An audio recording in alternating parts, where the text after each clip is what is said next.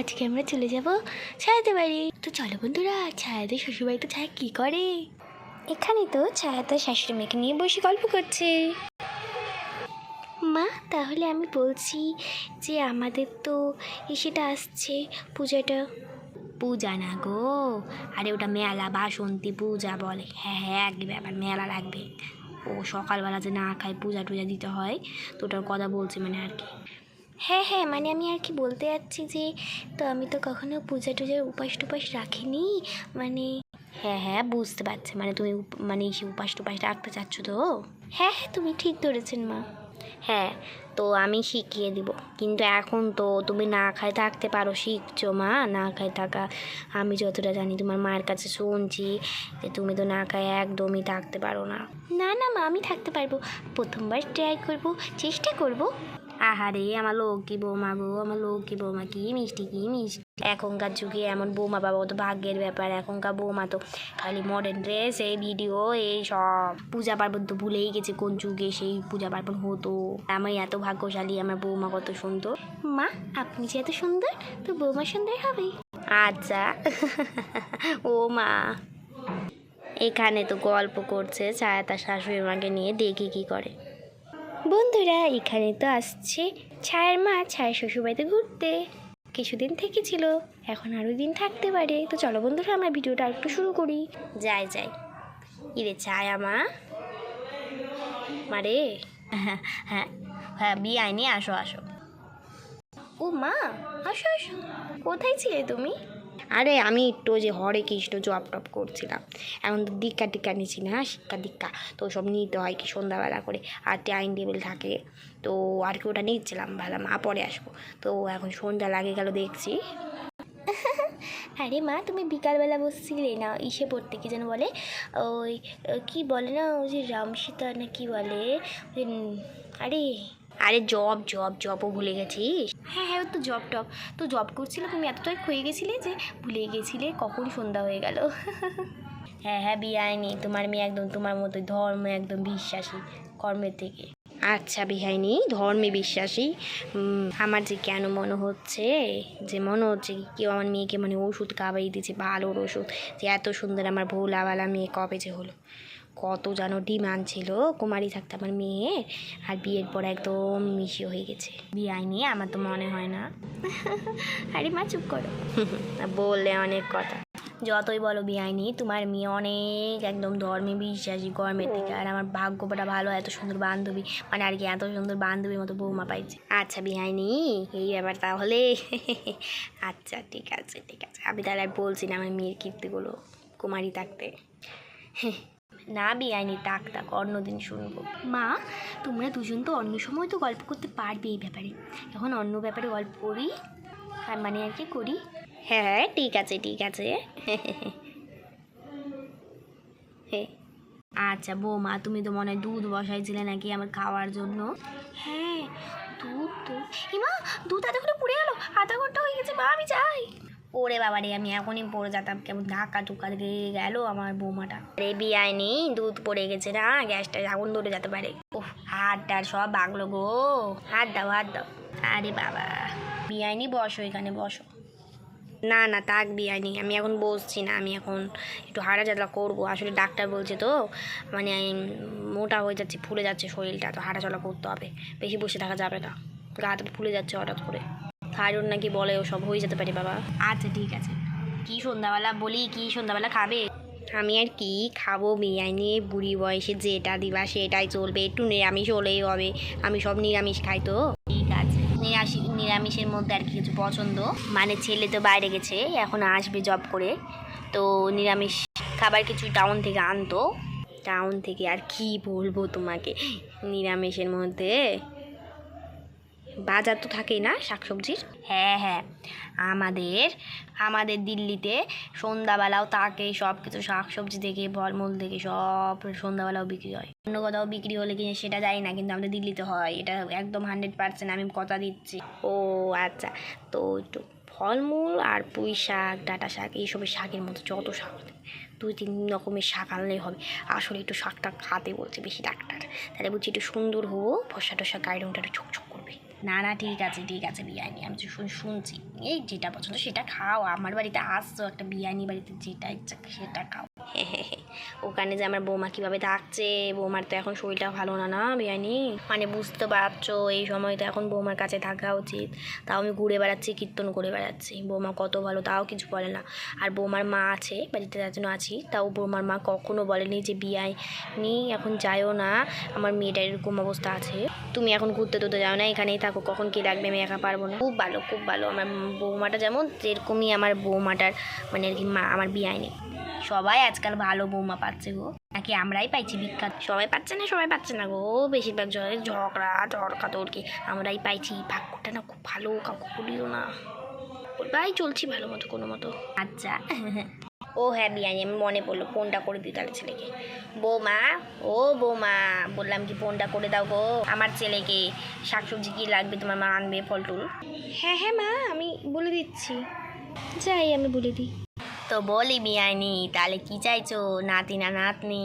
আর আমি কি চাবো, ভগবানের কী পায়, ঠাকুরের কী পায়, ঈশ্বরের কী পায়, যেটা দেবে সেটাই খুশি। আমি ওসব ভেদাভেদ করি না গো, আগেকার যুগের মানুষের মতো। ছেলেও খুশি মেয়েও খুশি, যেটা ইচ্ছা আমি ফুল মন করে ভালোবাসবো অল টাইম।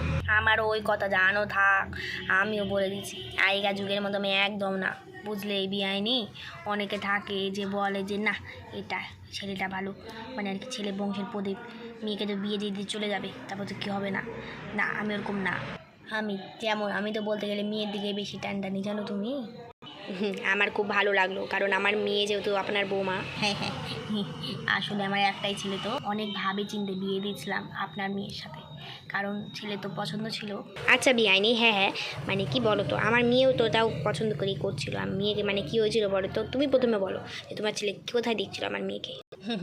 আমার ছেলে ওই যে তোমার মেয়ে যেন কলেজের কোন ইয়ারে পড়তো তখন, হ্যাঁ ফার্স্ট ইয়ারে কেবল ঢুকছিল কলেজে, বুঝলে? আর তখন আমার ছেলে সেকেন্ড ইয়ারে কিন্তু ওই কলেজে পড়েনি, অন্য কলেজে পড়তো। হ্যাঁ ওই কলেজে পড়েনি, অন্য কলেজে পড়তো। দেখা কীভাবে হলো? আরে শোনো গল্পে টুইস্ট আছে।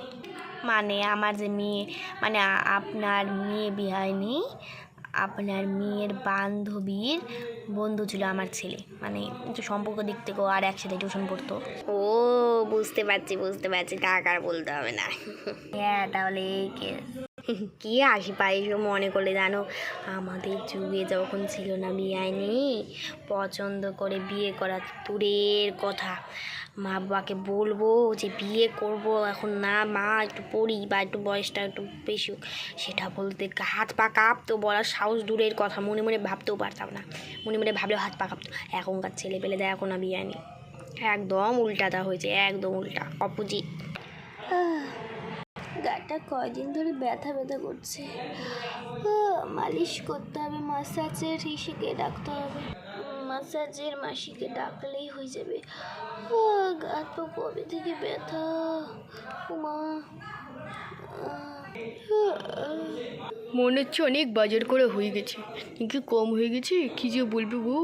না ঠিক আছে, শাক সবজি তো শাশুড়ি মাই আনতে বলছিল। কই ছায়া, ব্যাগটা ধরো। হ্যাঁ আসো, উঠছি। হ্যাঁ আসো, ব্যাগগুলো ধরো। হ্যাঁ কই ব্যাগগুলো দাও, বাজারে ব্যাগ না, রান্নাঘরে রাখে দিলেই তো হতো। না ধরো। আমি রান্নাঘরে নিয়ে যাচ্ছি, তুমি হাত পা মুখ ধুয়ে আসো, ডাইনিং পেসে আমি খাবারটা বেরিয়ে দিচ্ছি। যাই যাই বাথরুমে। বাথরুম তো ওদিকে, যাই। বৌমা রান্না হয়ে গেছে না? হ্যাঁ মা হয়ে গেছে, আমি রান্নাঘরে যাই। যাই খাবারটা বেরিয়ে দিতে চাই, কোথায় আছে কেটে। গামছাটা দিয়ে মুছা হলো, গামছাটা রাখতে যাই ব্যালকনিতে। ও মা, শাশুড়ি মা এখানে আছো তোমরা? ভালো আছে শ্বশুরমা? কোনো কিছু অসুবিধা হচ্ছে না তো এখানে, মানে কোনো কিছু? আরে জামাইবাবু, আমার কখনো অসুবিধা হতে পারে তোমার বাড়িতে? এটা হতে পারে না, অসম্ভব, বুঝে নাও। হ্যাঁ রে কোকা, বললাম ভিজা গামছাটা ওরকম গায়ে নিয়ে রাখিস না, যা ব্যালকনিতে মেলে দে। হ্যাঁ আমি যাচ্ছি। আরে মা আমি খাবারটা বেরিয়ে দিচ্ছি, বললাম যে ওনাকে বলো এখনই আসতে, খাবারটা খেয়ে নিতে, নাহলে ঠান্ডা হয়ে যাবে তো। আচ্ছা ঠিক আছে, কই রে বাবু, আয় রে খাবার বাড়ি দিচ্ছে। হ্যাঁ তাড়াতাড়ি বলো আসতে, খাই না খাবারটা। কী যে খাই গেছিলো মনেও নেই, আমি তো দেরি করে ঘুম থেকে উঠছিলাম। ইস হ্যাঁ খাবার দাওয়া গাছ পাখি ব্যথা। ওর তো রান্নাঘরে দিয়েছি, খেয়ে নাও। প্যানি পিস আর দিলাম না। ঠিক আছে আমি গেলাম ঘাটে। হ্যাঁ রে ছায়া বলি যে গা হাত পা ব্যথা করছে তো জামাইবাবু চাপে দিতে পারিস না। মা আমারই যে গা হাত পা ব্যথা তার মধ্যে তো আমি প্রতিদিনই চাপে দিতাম, মাঝখানে চাপা বন্ধ করছি শুধু। তো বলি চাপা টাপার মাঝে থাকে না রে। আছে তো, একটু খোঁজ লাগাতে হবে, বলবো ওনাকে আজকে। হ্যাঁ গা হাত পা ব্যথা করলে কিন্তু ভালো লাগে না, বলে দিলাম। এই যে আমি এখন বুড়ি হয়েছি, তাও আমার গা হাত পা একটুকু ব্যথা করে না। তোমাদের ব্যথা করে কাজ করে, কোনো ব্যাপার না। মাসি নিয়ে নিলে রায়গঞ্জে বহুত মাসি আছে, আমি খুঁজে দেবো বৌমা, নাহলে তোমার মানে আর কি খোকা বাবুকে বলতে হবে খোঁজার জন্য। হ্যাঁ মা। তো বলি বিয়ে আইনি, আমার না খুব ঘুম পাইছে, আমাকে না ঘুমাতে হবে এবার। আচ্ছা আমিও না ঘুমাবো, বিয়ে আইনি। আজ কালকে সকালে কথা বলবো, আমি যাই করে।